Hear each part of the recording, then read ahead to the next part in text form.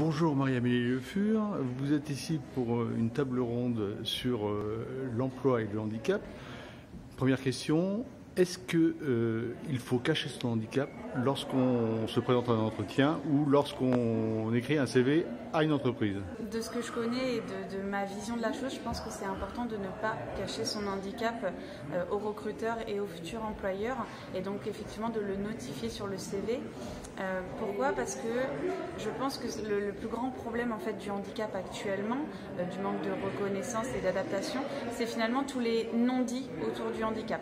Et le fait de le notifier sur le CV, le fait de se faire reconnaître travailleur en situation de handicap permet finalement aux recruteurs, aux futurs employeurs, de s'axer uniquement sur les compétences, sur comment finalement mettre le salarié dans les bonnes conditions pour fournir la compétence, pour fournir la performance.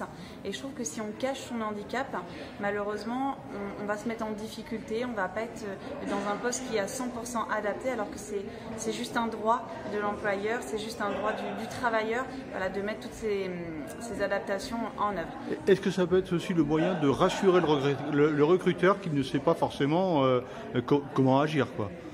Après, le fait de le dévoiler, pour moi, c'est vraiment améliorer la situation de travail et la collaboration avec les collaborateurs, puisque c'est vraiment s'il y a un défaut de communication qu'on va entraîner